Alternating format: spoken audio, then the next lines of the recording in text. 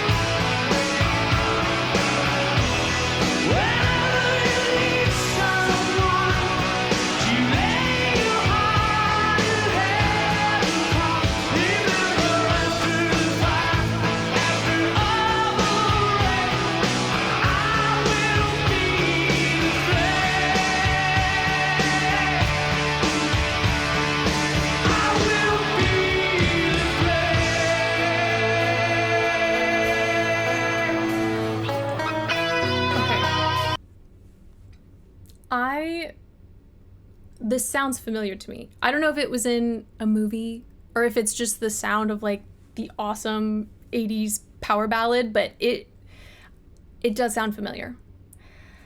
I have goosebumps. Gosh, the performance quality is insane. Like in a live performance, to just have this, the sound is so incredible. His vocals are so incredible. So we're gonna talk about him. Here we go. I'm not sure if you have it. It just came out. It's the first single off her new album. It's called The Flame, and it features Robin.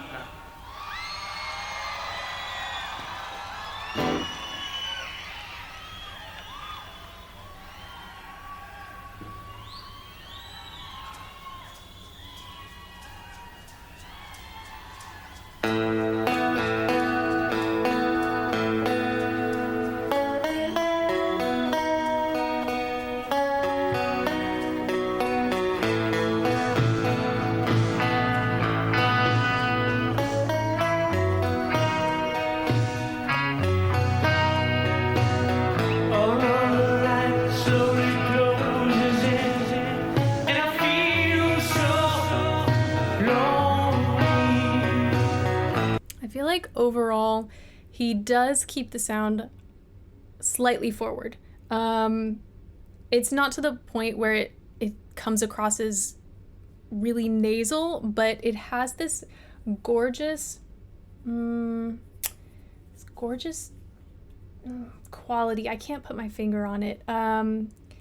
Maybe it feels like a little metallic. I don't know what it is. It's overall such smooth vocals, but there is this beautiful ping that I love so much that's coming through in addition to the warmth we're hearing.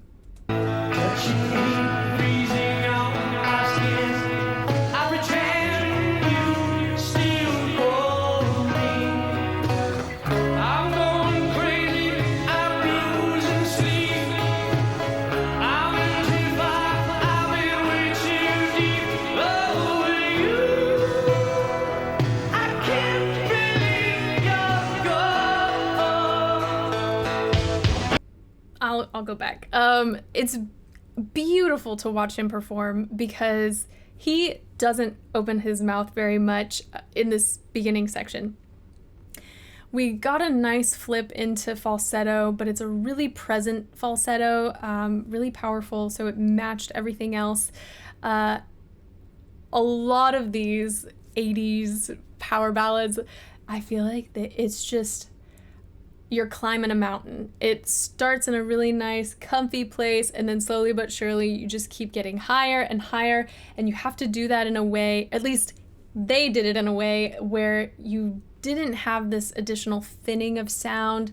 There wasn't as much head mix involved, and so it just sounds so luxurious and so powerful.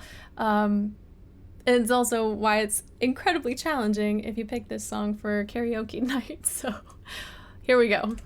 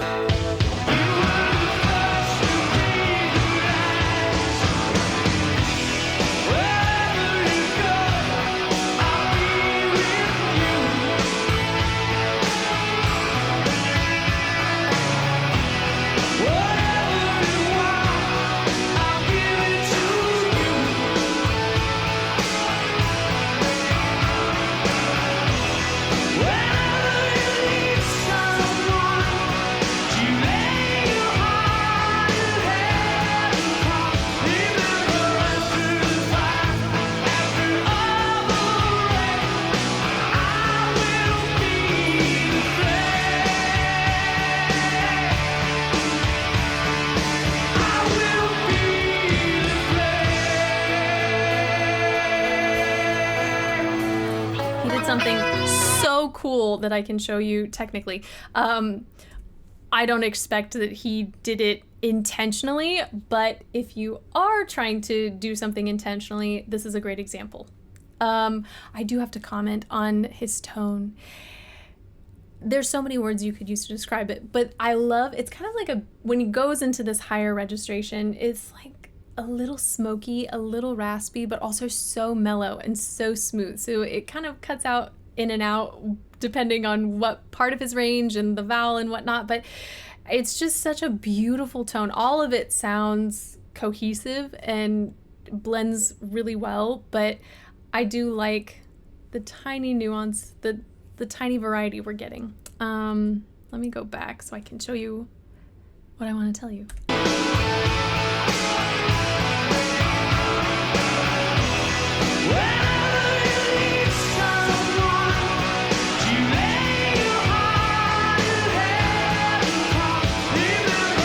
Okay, that section we started to get a little bit more rasp, a little bit more grit in the tone.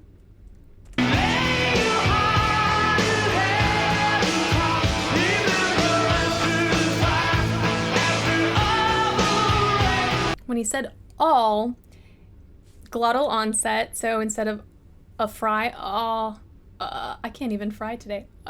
There we go.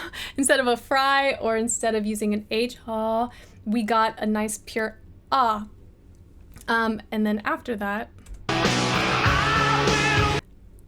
he used more of a vocal fry. So texture-wise, all sounded really clear, really pristine, a little bit more of that, well, it had more of like a belty effect, whereas I feel like when you incorporate more of that fry and you get the rasp, it gives more of that screaming effect. So just listen to the difference in texture between the two.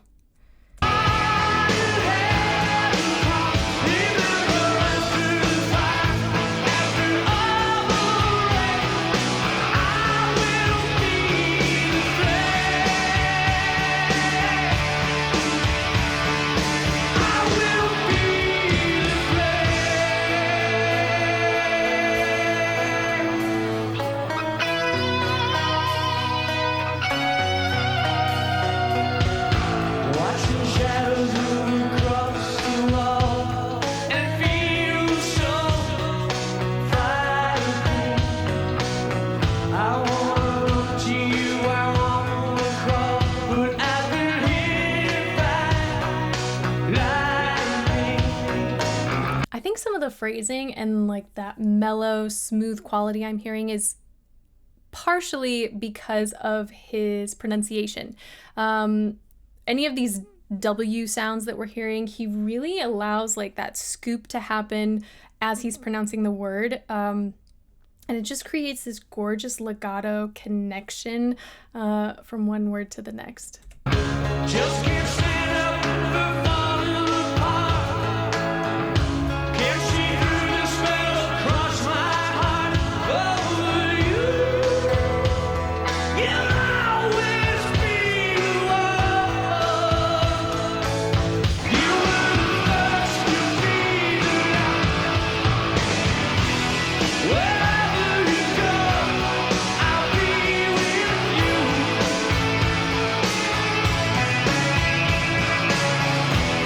Whatever you want, I'll give it to you.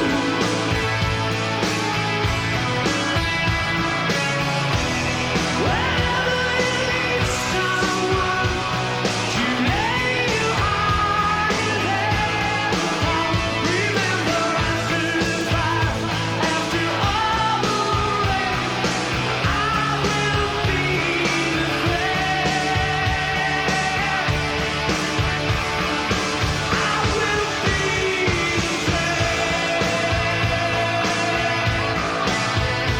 I'm gonna get this transition again. I love his stature. He seems so relaxed, so calm, but there are moments where you can see the effort that goes into the sound that he's producing. And there's just something so captivating about that because it feels so earnest, it feels so sincere. As I'm watching, I think to myself, like, this must have been, like, you know, our song for so many couples, because it's so good. Like, it has that rock quality, so it doesn't have to feel super sappy if that's not your thing. But yeah, it's got so much passion and just enough intensity to keep things interesting, but also, yeah, it's just, I don't know. It's so sweet and romantic at the same time. So if it's your song, let me know. Well, I'll start, I don't know, taking a poll or something to see how many people had this as their song.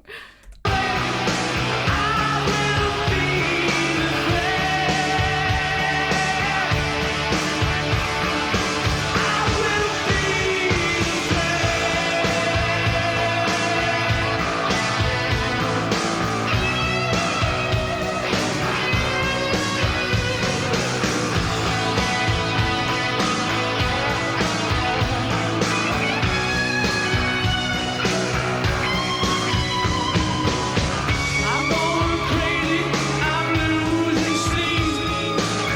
I'm in too far, I've been way too deep. Over you, you'll always be the one. You were the first to be the last. Wherever you go, I'll be with you.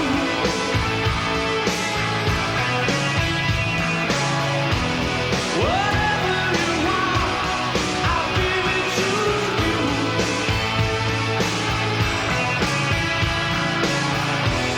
Whenever you need someone to lay your heart in heaven upon, remember after the fire, after all the rain, I will be